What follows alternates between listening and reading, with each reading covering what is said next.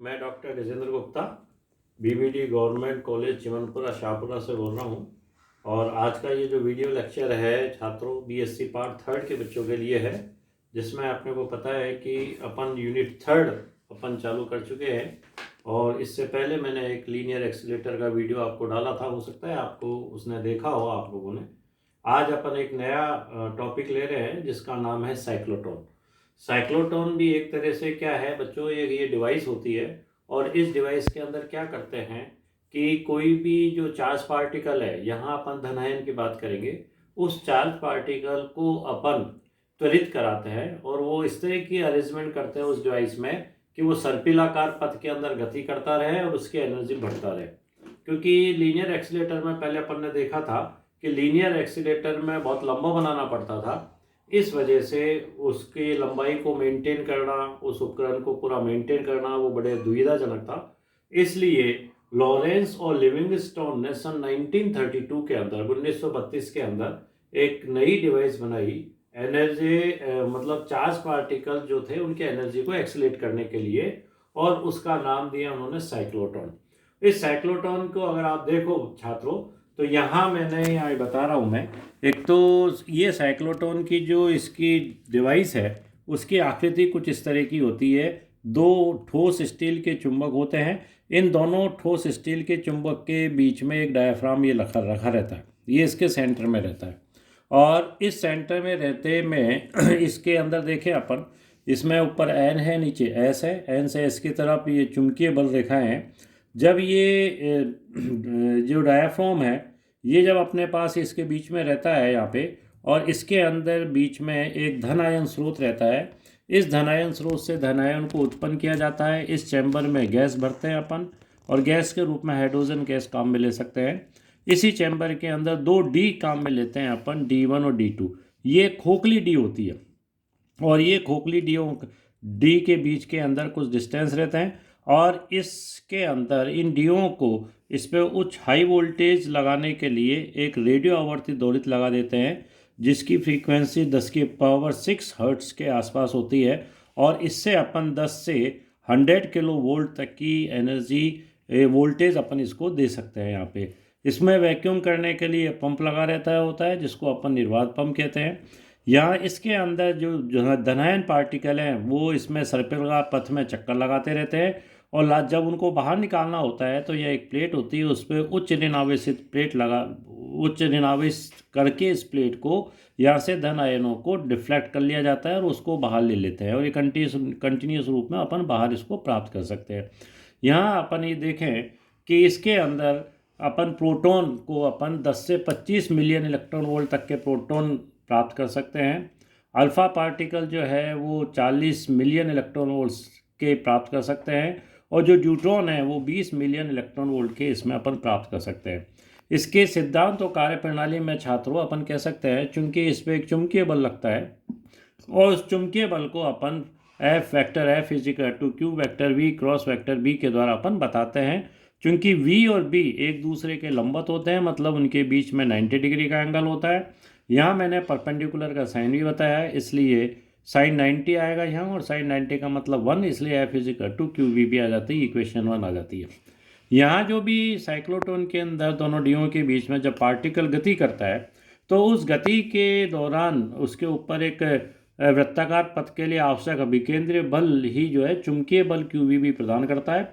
इस वजह से अभिकेंद्रीय बल को अपन mv²/r, और ये होता है चुंबकीय बल के बराबर, जिसको अपन QVB के रूप में अपन बता सकते हैं। या इससे r जो रेडियस है, जो भी धनायन गति कर रहा है, उसका मान निकाल सकते हैं, जिसका मान mv/qv के द्वारा बताया जाता है, कि जैसे समीकरण तुम्हें बताया।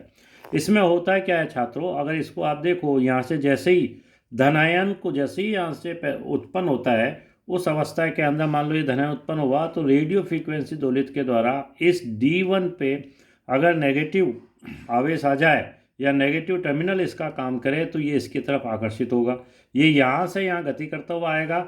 मतलब दोनों डीओ के बीच में जब गति होगी तो विद्युत क्षेत्र उपस्थित रहता है यहाँ पे, और इस वजह से इस पर बल लगता है और इसका वेग बढ़ जाता है। लेकिन जैसे ही ये पार्टिकल डी के अंदर घुसेगा, तो वापस चूंकि अब ऊपर से नीचे अभिकेंद्र वो बल लग रहा है, चुंबकीय बल लंबवत दिशा में, इसलिए तो ये अंदर वृत्ताकार गति करेगा और यहाँ तक आएगा। जैसे ही ये धनायन D1 से निकलने वाला होगा, उसी अवस्था के अंदर इस रेडियो आवर्ती दोलित के अंदर दोनों डीओ की जो ऋणात्मक और धनात्मक की पोजीशन थी वो चेंज हो जाती है। मतलब अब D2 तो ऋणात्मक और ये D1 धनात्मक हो जाती है। इस वजह से ये धनायन यहाँ से D2 की तरफ आकर्षित होता है और बीच के गैप में वापस वो एक्सीलरेट होता है या त्वरित होता है और उसके वेग में वृद्धि होती है। वेग में वृद्धि हो जाने के कारण, जैसे कि आप इस समीकरण 2 में देख रहे हो कि जैसे ही वेग में वृद्धि होगी वैसे ही इसकी पार्टिकल की त्रिज्या का मान भी बढ़ेगा। तो इसलिए ये बढ़ी हुई त्रिज्या के साथ दूसरी D के अंदर ये घुस जाता है। इस तरह से ये गतियाँ निरंतर जो है आगे गति करती रहती है।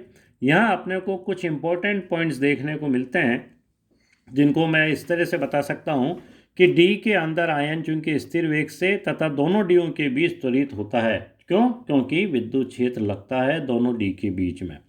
दूसरी बात, D के बीच रखने वाला विद्युत क्षेत्र आयन की गति से तुल्यकालिक होता है। तुल्यकालिक का मतलब है जैसे ही D बाहर निकलने को हो, दूसरे D जो है उसके रेस्पेक्ट में नेगेटिव हो जाए, जैसे ही वो दूसरे के अंदर घुस जाए और उसको पूरा चक्कर अर्ध चक्कर काट के जैसे ही बाहर निकलने को तो पहले वाला D उसके रेस्पेक्ट में वापस नेगेटिव हो जाए। इसे अपन क्या कहते हैं? इसको अपन बोलते हैं तुल्यकालिक। तो तीसरी पॉइंट में अपन ये कह सकते हैं छात्रों कि D में आयन को अर्धचक्र पूरा करने में यदि समय T लगता है तो अपन जानते हैं T का मतलब अर्धचक्र मतलब अर्धावर्तकाल T/2, और यहाँ अपन इसको पाई अपन ओमेगा के T का मान अपन जानते हैं 2 पाई अपन ओमेगा, तो इसलिए इसके अपन पाई अपन ओमेगा के रूप में बता सकते हैं, जहाँ T विद्युत क्षेत्र का आवर्तकाल है और ओमेगा जो है विद्युत क्षेत्र की कोणीय आवर्ती है। इससे D का अर्धचक्र अगर पाई आर, चूंकि अपन जाने किसी भी सर्किल की अगर त्रिज्या R है तो पूरे चक्र की जो परिधि होगी वो 2 पाई आर होगी और आधे चक्र की जो परिधि है वो छात्रों पाई आर होगी। इसलिए यहाँ अपन ने T pi R upon V के द्वारा मतलब दूरी बटा वेग समय का मान निकाल सकते हैं। यहाँ आप जो मैथमेटिकल इक्वेशंस हैं समीकरण 3 और 4 को अगर अपन काम में लेंगे तो उस अवस्था के अंदर अपन समीकरण 5 मिल जाती है जो कि कोणीय वेग को बताती है। अगर ओमेगा = 2 पाई एफ, एफ जो है फ्रीक्वेंसी, डी पर आरोपित प्रत्यावर्तित वोल्टता की आवृत्ति है फ्रीक्वेंसी, तो इससे अपन समीकरण 6 प्राप्त कर सकते हैं। और ये जो समीकरण 6 है ये साइक्लोट्रॉन की आवर्ती भी कहलाती है।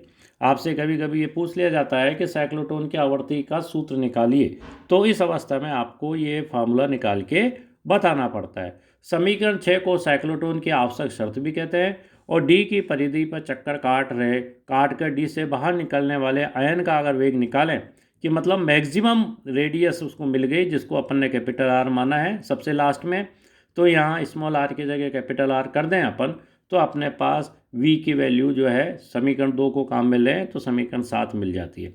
साइक्लोट्रॉन से निर्गत कण की गतिज ऊर्जा निकालें। जैसे कि छात्रों आपको पता है कि गतिज ऊर्जा का जो मान है वो 1/2 mv² होता है। यहाँ भी वही फार्मूला काम में लिया है। v मैक्सिमम अपन ने यहाँ लिखा है 7, समीकरण 7 से इसकी वैल्यू रख दी, समीकरण 8 मिल गई है अपने को, और इसको सॉल्व करें तो अपने को ये जो है समीकरण 9 मिल जाती है यहाँ पे।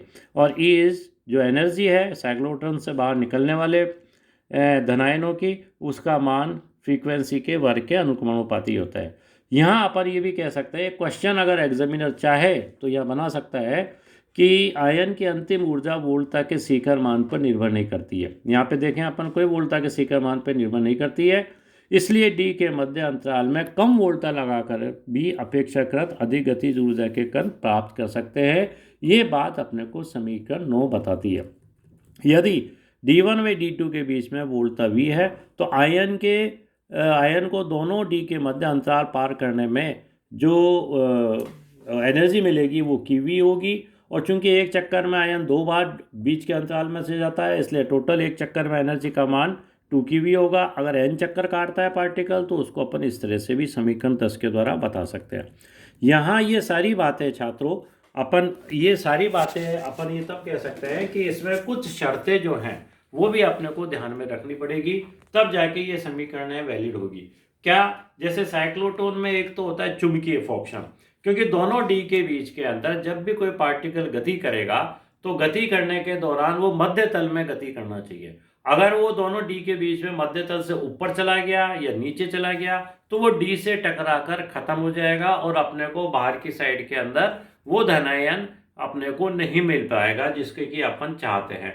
तो इसके लिए क्या व्यवस्था की जाए, तो इसके लिए छात्रों व्यवस्था ये की है कि जो चुंबक यहाँ पे काम में ली जाती है उनकी आकृति देखिए आप कि यहाँ जो डायग्राम बनाया है इस तरह की आकृति का चुंबक काम में लेते हैं, जो बीच में तो स्ट्रेट चुंबकीय बल रेखाएं होती है और बाद में ये वक्राकार के रूप में आ जाती है। और इस वक्राकार के रूप में आने से जैसे कोई पार्टिकल यहाँ से ऊपर के तल में पहुँच गया तो उस पर फोर्स लगता है वो वापस मध्य तल में आता है। इसी तरह कोई पार्टिकल नीचे जा रहा है धनायन तो उस पर फोर्स लगेगा तो वापस मध्य तल में आएगा और वो मध्य तल के अंदर ही गति करता रहेगा। तो इसलिए कुछ और बातें मैं यहाँ आपको बताना चाहूँगा कि आयन की आवृत्ति और डीप आरोपित प्रत्यावर्ती विभव की आवर्ती में पूर्णतः एक तो तुल्यकालत्व होना चाहिए, सिंक्रोनिज्म होना चाहिए जिसको अपन इस तरह से प्राप्त कर सकते हैं। अगर ये ऊपर नीचे जाके टकरा जाएंगे तो इसको अपन अवांछनीय प्रभाव कहते हैं। तीसरी बात में मैंने ये बताया है कि चुंबक के ध्रुवों की बनावट भी इस प्रकार ली जाती है कि जिन आयनों की कक्षा साइक्लोट्रॉन के मध्य तल में स्थित नहीं हो वह भी चुंबकीय क्षेत्र के कारण लग रहे बल से मध्य तल में आ जाए, जो कि मैं पहले ही आपको समझा चुका हूँ। चौथी बात में अपन कह सकते हैं कि आयनों पर एक तिर्य्य रेडियल बल अंदर की ओर लगता है।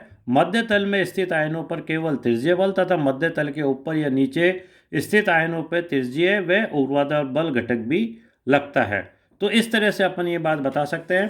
अगर आपसे साइक्लोट्रॉन की दक्षता के बारे के अंदर निकाला जाए, बात की जाए, तो साइक्लोट्रॉन की दक्षता के लिए अपन ये कह सकते हैं कि चूंकि सापेक्षवाद के सिद्धांत के अनुसार द्रव्यमान को अपन इस तरह से रिलेटिव वेलोसिटी के द्वारा अपन बता सकते हैं। जहाँ ओमेगा में जो वैल्यू है m वहाँ इसका मान रखें तो अपन ये देखेंगे कि इसकी वैल्यू जो है v यहाँ आ रहा है।